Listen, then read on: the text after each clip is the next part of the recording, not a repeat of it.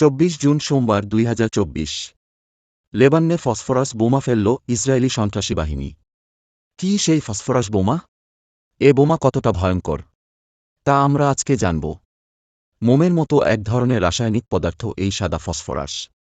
অনেক সময় এর রং হলুদও হয়। ঝাঁঝালো এবং পচা রসুনের মতো সেই গন্ধ। এই রাসায়নিক পদার্থটি অক্সিজেনের সংস্পর্শে এলেই আগুন ধরে যায়।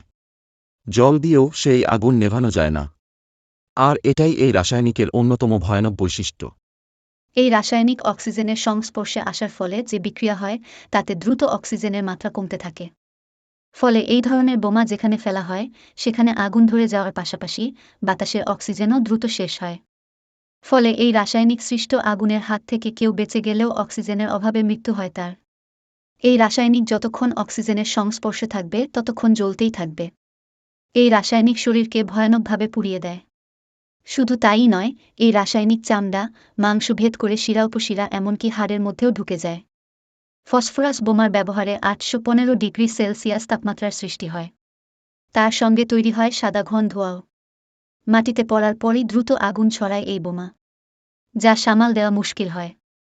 ফলে এর প্রভাব দ্রুত এবং অত্যন্ত মারাত্মক হয়ে ওঠে।